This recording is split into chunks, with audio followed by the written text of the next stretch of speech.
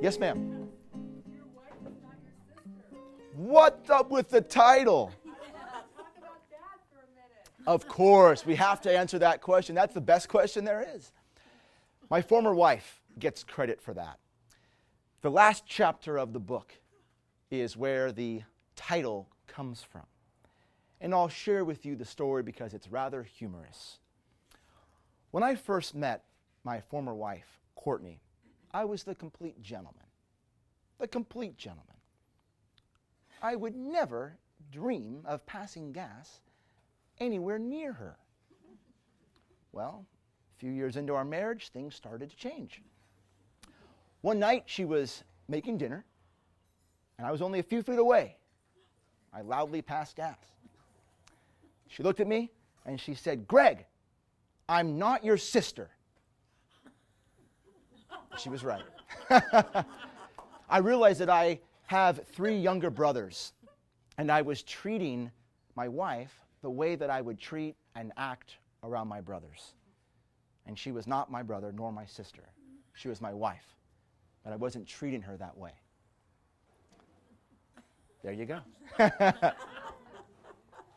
your loss of your marriage, you felt it was a loss in your life. In reflection, was it a very valuable part of your life that Yes. was very positive? Yes.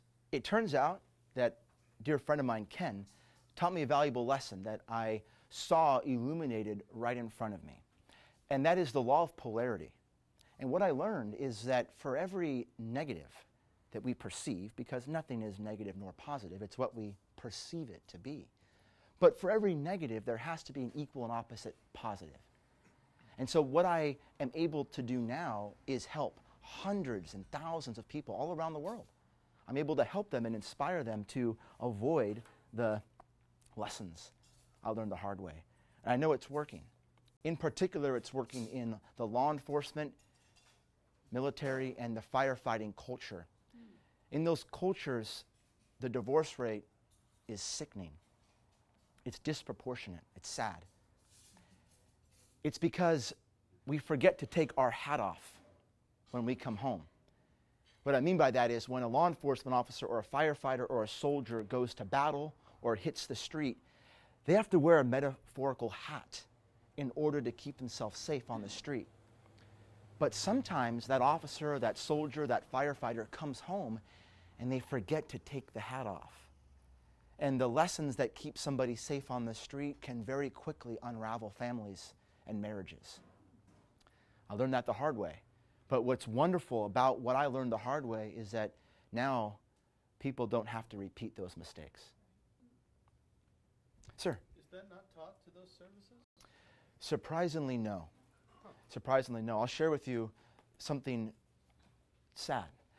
When I was in the police academy at Evergreen College in San Jose, about a week before I graduated, one of the male officers who was there to teach family relations, he pulled all the male future police officers aside.